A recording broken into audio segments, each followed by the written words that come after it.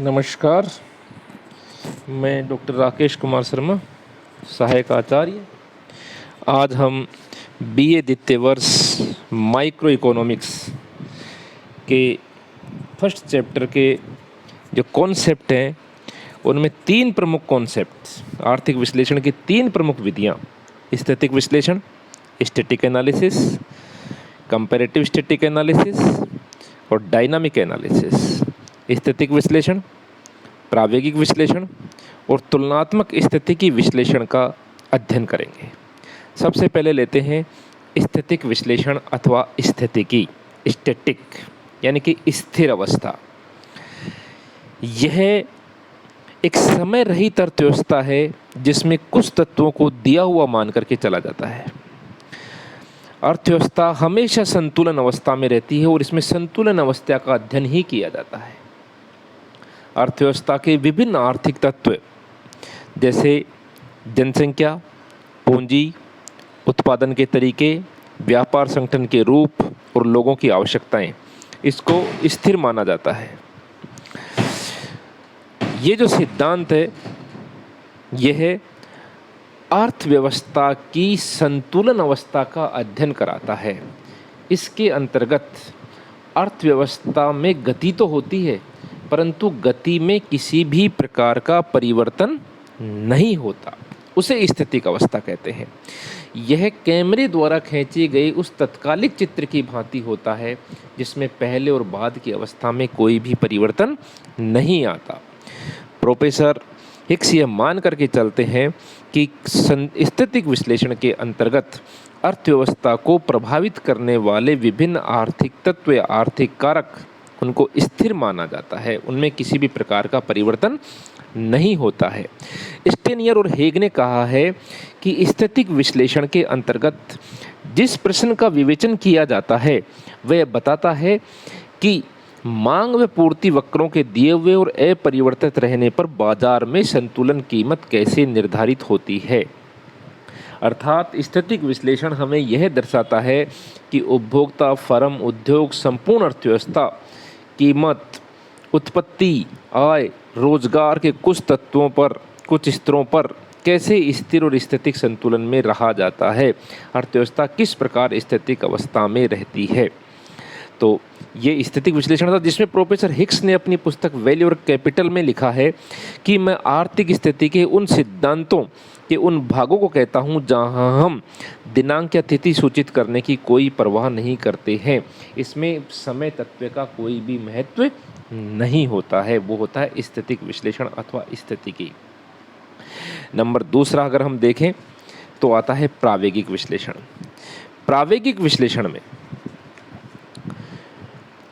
जनसंख्या, जो अर्थव्यवस्था के आधारभूत तत्व हैं जैसे जनसंख्या, पूंजी की पूर्ति, उत्पादन के तरीके, लोगों की आवश्यकताएं, उत्पादन संगठन के रूप, इनमें परिवर्तन होता है, आधारभूत तत्वों में परिवर्तन होता है और उस परिवर्तन की दर का ही अध्ययन किया जाता है।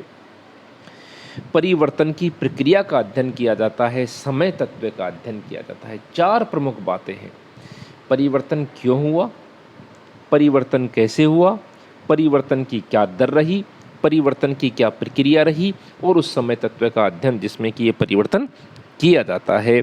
ये प्रायोगिक या डायनामिक विश्लेषण के अंतर्गत आता है। अर्थव्यवस्था एक संतुलन अवस्था से दूसरी संतुलन अवस्था में जब पहुंचती है तो उनके मध्य में किस प्रकार का परिवर्तन होता है, वो कौन से परिवर्तन के दौर से गुजरती है, यही अध्ययन प्रायोगिक विश्लेषण के अंतर्गत किया जाता है। आर.एफ. हेरड ने कहा था कि प्रायोगिक अर्थव्यवस्था में परिवर्तन की दर के परिवर्तन का अध्ययन किया जाता है। हेरड के अनुसार प्रायोगिकी उस अर्थव्यवस्था का अध्ययन कराती है जिसमें उत्पत्ति की दरें प्रभावित होती है। इसमें समय तत्व प्रमुख रूप से अध्ययन के अंतर्गत शामिल किया जाता है।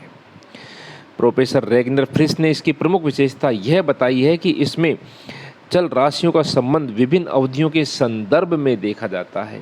बार बार इसी बात को दोहराया जा रहा है कि समय तत्व का अध्ययन, परिवर्तन की दर का अध्ययन, परिवर्तन की प्रक्रिया का अध्ययन, परिवर्तन के कारकों का अध्ययन, यही आर्थिक प्रायोगिकी अंतर्गत प्रमुख रूप से अध्ययन के लिए शामिल किए जाते हैं।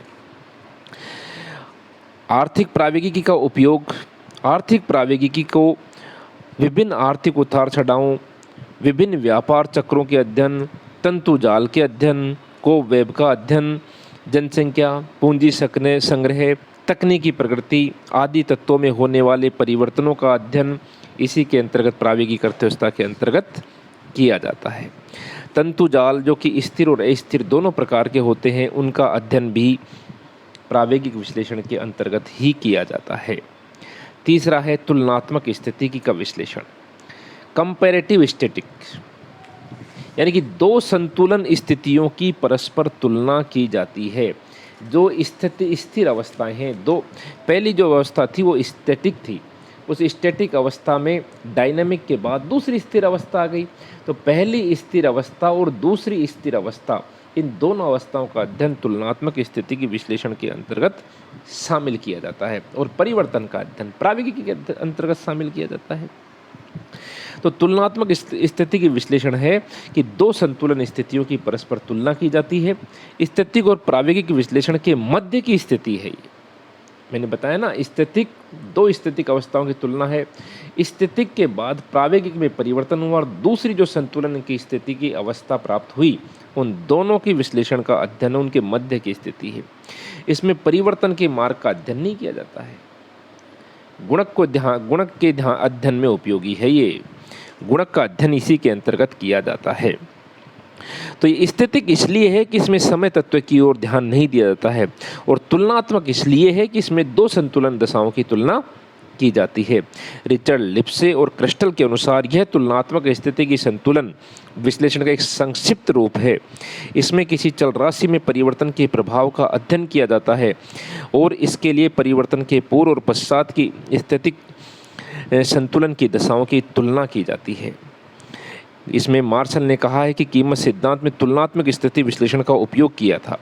स्थैतिक विश्लेषण में मांग और पूर्ति की दशाएं दी हुई थी, लेकिन तुलनात्मक स्थिति विश्लेषण में परिवर्तन होने दिया और नई संतुलन की अवस्था प्राप्त हुई, और दोनों संतुलन अवस्थाओं का जो अध्ययन किया गया वो तुलनात्मक स्थिति की विश्लेषण के अंतर्गत किया गया। इसका उपयोग गुणक की प्रक्रिया का अध्ययन करने में किया जाता है।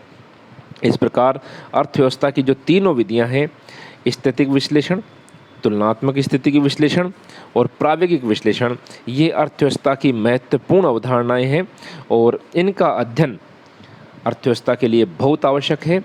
इस प्रकार इन तीनों के द्वारा फिर एक बार अगेन, स्थैतिक विश्लेषण जिसमें एक संतुलन अवस्था का अध्ययन, समय रहित विश्लेषण, प्रायोगिक विश्लेषण परिवर्तन की प्रक्रिया का अध्ययन, समय का अध्ययन, परिवर्तन के कारकों का अध्ययन, परिवर्तन की दर का अध्ययन, और तुलनात्मक स्थिति की दो संतुलन अवस्थाओं का अध्ययन, पहले और बाद में जो संतुलन की अवस्थाएं प्राप्त हुई उसका अध्ययन, जैसे मांग, किस प्रकार मांग और पूर्ति से संतुलन कीमत, और मांग में वृद्धि होने के बाद नई संतुलन कीमत, तो दोनों संतुलन अवस्थाओं का अध्ययन तुलनात्मक स्थिति का विश्लेषण होता है। ये आज का अपना प्रमुख टॉपिक था। धन्यवाद। नेक्स्ट टॉपिक इसके बाद में।